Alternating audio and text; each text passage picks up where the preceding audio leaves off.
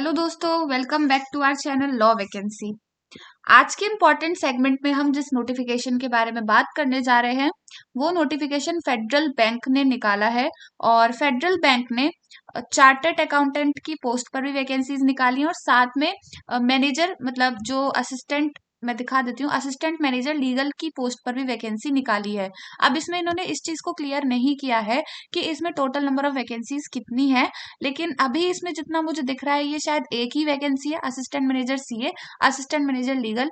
इसमें आपकी एक एक ही वैकेंसी निकाली गई है। और इन्होंने ये जो वैकेंसी निकाली है टोटली परमानेंट बेसिस की जॉब है, कॉन्ट्रेक्चुअल बेसिस की जॉब नहीं है।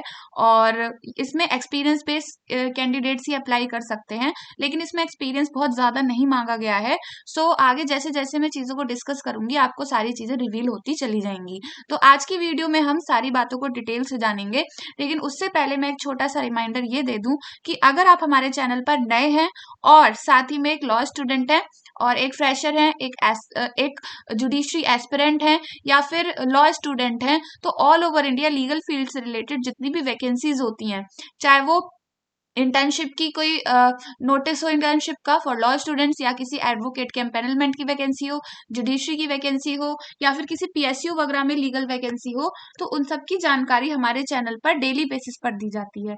इसीलिए आप हमारे चैनल को सब्सक्राइब कर दें एंड बेल आइकन को प्रेस कर दें ताकि डेली बेसिस पर जो भी नोटिफिकेशंस आ रहे हैं वो आपसे मिस ना हो।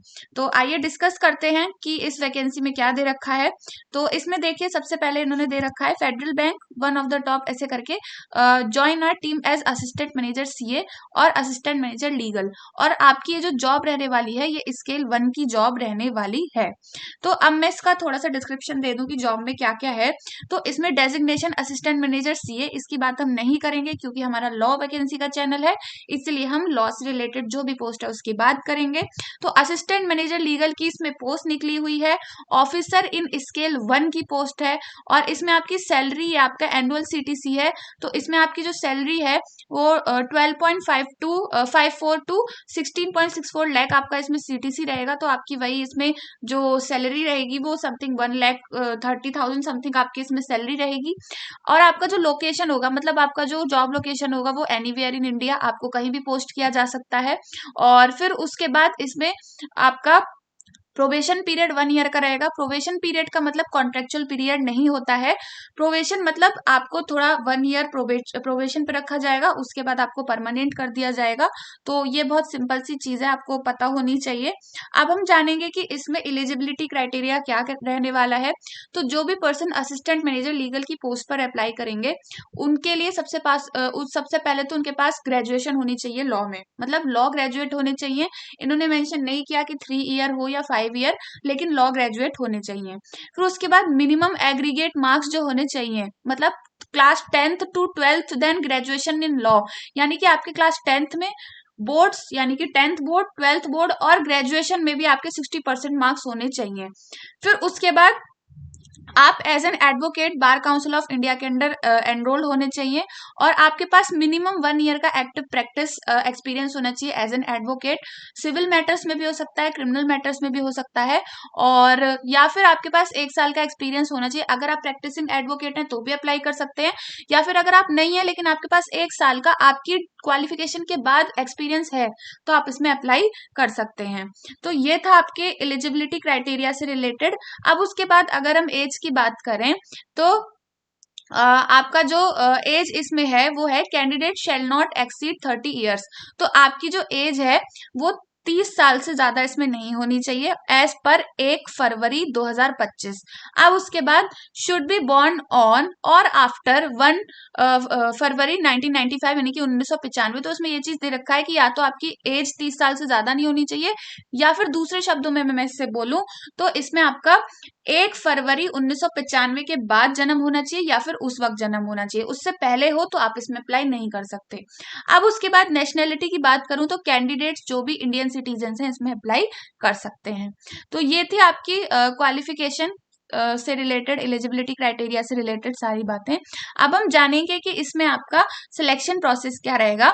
Selection process for the requirement process will be application, short listing और पर्सनल इंटरव्यू। या तो इसमें आपका एप्लीकेशन बेसिस पर आपको शॉर्ट लिस्ट किया जाएगा, और अगर वैकेंसीज कम है और पर्सन इसमें ज्यादा अप्लाई करते हैं तो इसमें इंटरव्यू, या फिर हो सकता है और भी कोई अदर सिलेक्शन मोड इनका करवाया जाए, क्योंकि जितनी नंबर ऑफ वैकेंसीज होती हैं उसके अकॉर्डिंग जितनी एप्लीकेशंस आती हैं उसके चीजों को देख के आपका इसमें सिलेक्शन प्रोसेस रखा जाता है। फिर उसके बाद इसमें आपका एलिमिनेशन राउंड रहेगा। सिलेक्शन राउंड में हर स्टेज पर एलिमिनेशन राउंड रहेगा। तो इस तरीके से आपका इसमें सिलेक्शन प्रोसेस रहेगा। तो इसमें आपका इंटरव्यू कंडक्ट कराया जाएगा, और इंटरव्यू ऑफलाइन बेसिस पर। ऑफलाइन बेसिस पर जो आपका इंटरव्यू होगा उसके सेंटर्स आपके बेंगलोर, चेन्नई, दिल्ली, एर्नाकुलम, कोलकाता, मुंबई। तो आपको अपनी कन्वीनियंस के हिसाब से जो भी सेंटर इन 6 में से भरना है, जो आपके स्टेट के पास हो, जो आपके घर के पास पड़ रहा हो, आप उसको आराम से फिल कर सकते हैं। तो ये सारा था इंफॉर्मेशन जो भी है आपकी एलिजिबिलिटी क्राइटेरिया और सिलेक्शन प्रोसेस से रिलेटेड। अब हम जानते हैं कि आप इसमें अप्लाई कैसे कर सकते हैं। तो जो भी कैंडिडेट्स इसमें अप्लाई करना चाहते हैं, सबसे पहले तो इसमें अप्लाई करने की जो स्टार्टिंग की डेट है वो 6 फरवरी 2025 है। फिर जो इसमें एंड डेट है वो 18 फरवरी 2025 है, आपको ध्यान रखना है। और ज्यादा दिन नहीं बचे हैं, आपको फटाफट इसमें फिल कर देना है। फिर उसके बाद इसमें आपका जो भी अप्लाई करने का तरीका है वो है करियर्स के इनके पेज पर जाना है। वहां आपको requirement process for chartered accountants and legal, इस पे क्लिक करना है, रजिस्ट्रेशन करना है। अप्लाई नाउ बटन पे आपको वहां पे अपना एप्लीकेशन फॉर्म फिल करना है। ऑनलाइन बेसिस पर आपको इनका एप्लीकेशन फॉर्म फिल करना है, यानी कि इनकी ऑनलाइन वेबसाइट पे जाकर। तो यही थी सारी इंफॉर्मेशन इस पीडीएफ से रिलेटेड। काफी अच्छी वैकेंसी है, परमानेंट बेसिस की जॉब है। फ्रेशर के लिए तो नहीं है, लेकिन हाँ एक्सपीरियंस इसमें ज्यादा नहीं है, तो एक तरीके से ये फ्रेशर का ही जॉब मान लो कि आपके लॉ के बाद आपके पास 1 साल का एक्सपीरियंस है, तो अप्लाई कर सकते हैं। तो यही थी कुछ इंपॉर्टेंट इन्फॉर्मेशन इस पीडीएफ से रिलेटेड। और अगर आप इस पीडीएफ को डिटेल से पढ़ना चाहते हैं, या फिर इससे रिलेटेड आपकी कोई भी क्वेरी है, तो आप हमारे टेलीग्राम चैनल पर जाकर इससे रिलेटेड क्वेरी पूछ सकते हैं और इस पीडीएफ को डिटेल से देख सकते हैं। हमारे टेलीग्राम चैनल का लिंक आपको वीडियो के डिस्क्रिप्शन बॉक्स में दे दिया जाएगा। और all over India legal field से रिलेटेड जितनी भी वैकेंसीज होती हैं, चाहे वो स्टेट लेवल से आई हो या फिर गवर्नमेंट, सेंट्रल गवर्नमेंट ने निकाली हो, तो उन सब की इंफॉर्मेशन हमारे चैनल पर डेली बेसिस पर दी जाती है। इसीलिए आप हमारे चैनल को सब्सक्राइब कर लें एंड बेल आइकन को प्रेस कर लें, ताकि जितनी भी इंपॉर्टेंट अपडेट्स हैं वो आपसे मिस ना हो। सो मिलते हैं नेक्स्ट वीडियो में नेक्स्ट नोटिफिकेशन के साथ। Thank you for watching.